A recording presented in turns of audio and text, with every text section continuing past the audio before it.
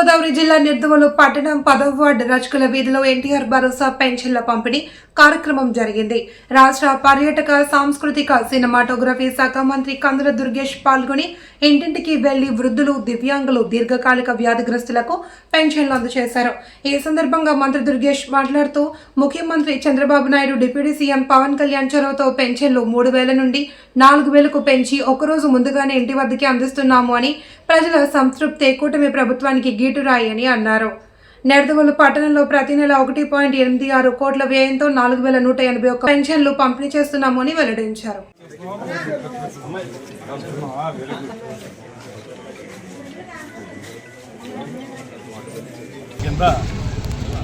ఇవాళ నెడదవోలు టౌన్లో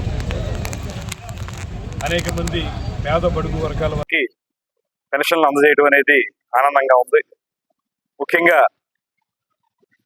గతంలో ఎన్నడూ లేని విధంగా మంచానికి అంటిపెట్టుకుపోయి ఉన్నటువంటి దివ్యాంగులకి 15,000 వరకు కూడా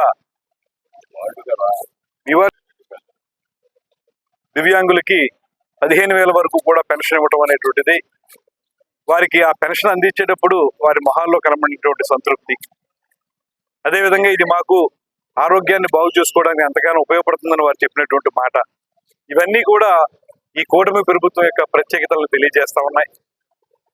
ఈ విధమైనటువంటి నిర్ణయం తీసుకుని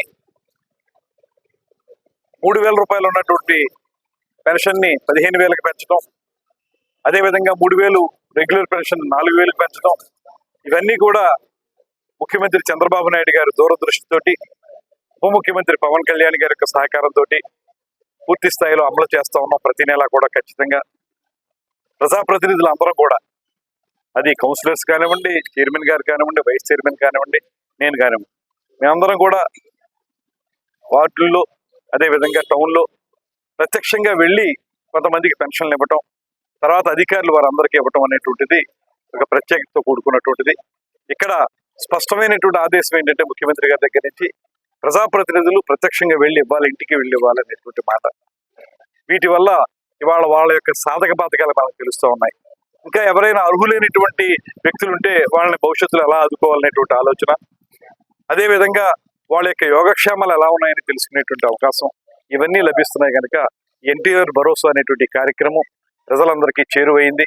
అదేవిధంగా ఈ కూటమి ప్రభుత్వం వచ్చిన తర్వాత ఈ పెన్షన్ల పెంపు మాత్రమే కాకుండా తల్లికి వందనం కార్యక్రమం కానివ్వండి, దీపం పథకం కానివ్వండి, అదేవిధంగా అన్నదాత సుఖీభావ్ కానివ్వండి, రైతులకి ధాన్యం సేకరించిన వెంటనే 24 గంటల లోపులోనే వారి ఖాతాల్లోకి ధనం వేయటం కానివ్వండి, అన్నిటికంటే మించి ఈ మధ్యకాలంలో ప్రారంభించిన ఉచిత బస్సు కార్యక్రమం మహిళలకు ఎంతగానో ఉపయోగపడుతుంది.